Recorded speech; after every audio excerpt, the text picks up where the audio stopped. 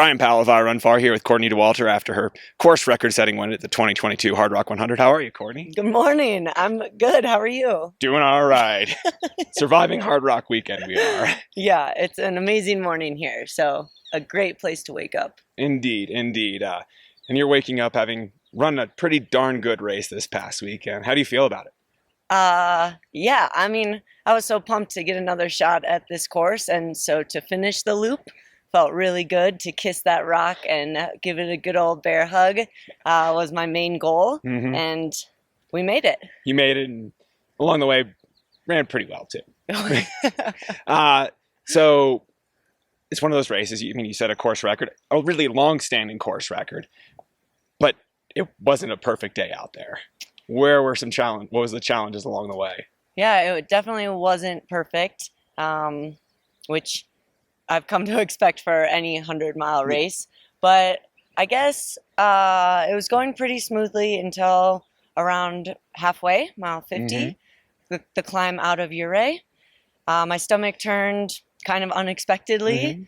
Calories had been going in great all day, and then suddenly they weren't. And so my pacer and I, my buddy Mike, just kind of eased off the gas pedal for a really long time, trying to problem solve and figure out what could stay in. When we got to aid stations with my crew, we were, working through it together. And eventually the secret sauce was broth. Broth. Yeah. It's very simple, but it took us forever to finally try some. And then for the last probably 20 miles or so, it was mostly just soup broth coming in. You're not carrying too much of that down the course, or were you? No. Water bottles full of... Yeah, I should have. That could have been fun. But it was just at aid stations. So chug a cup. Pretty light on the food. On. Pretty light. And calories, at least, yeah. Yeah. But so it's kind of interesting, because before the race, you were talking about how last year a very similar situation. You have nausea, like it's a problem, but you reacted differently. Yeah, we learned our lesson, which is fun. Yeah. I don't know. I guess I need some tips, because who can keep their stomach during this race? No one. It's so high. There's so much climbing. It's just relentless. I don't know how you keep it all packaged. Or what is the damage control? Yeah. Like, knowing that it's going to be, your stomach's going to go at some point. Right. Yeah. And maybe that's all you do, is you just know it's going to happen and then start working through a list of plan B, C, D, E. Yeah. Yeah. And now you have a new letter on that option list. Broth. Yep.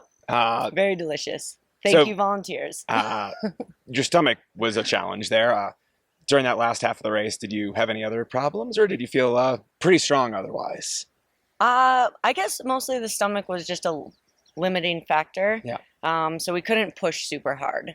We were taking all of the climbs really chill and trying to keep my lunch in as much as possible. Yeah, and that didn't always happen. No, it definitely didn't always happen. Left some piles out there. But yeah, that happens. So, yeah.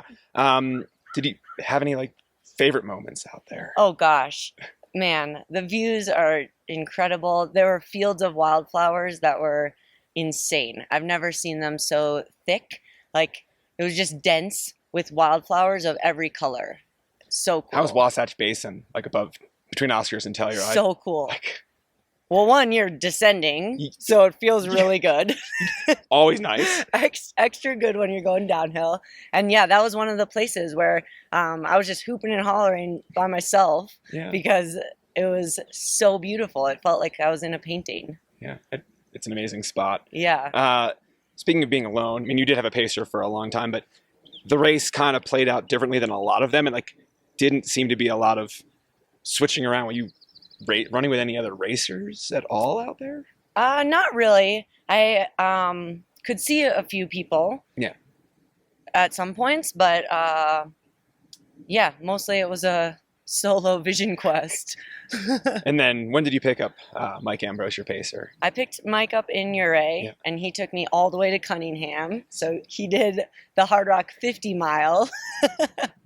And then my husband, Kevin, got to pace me from Cunningham to the finish, which was really special. We hadn't I don't think I've done a race where I could have pacers in a really long time. Yeah. And so he hasn't run with me in a race Yeah. forever.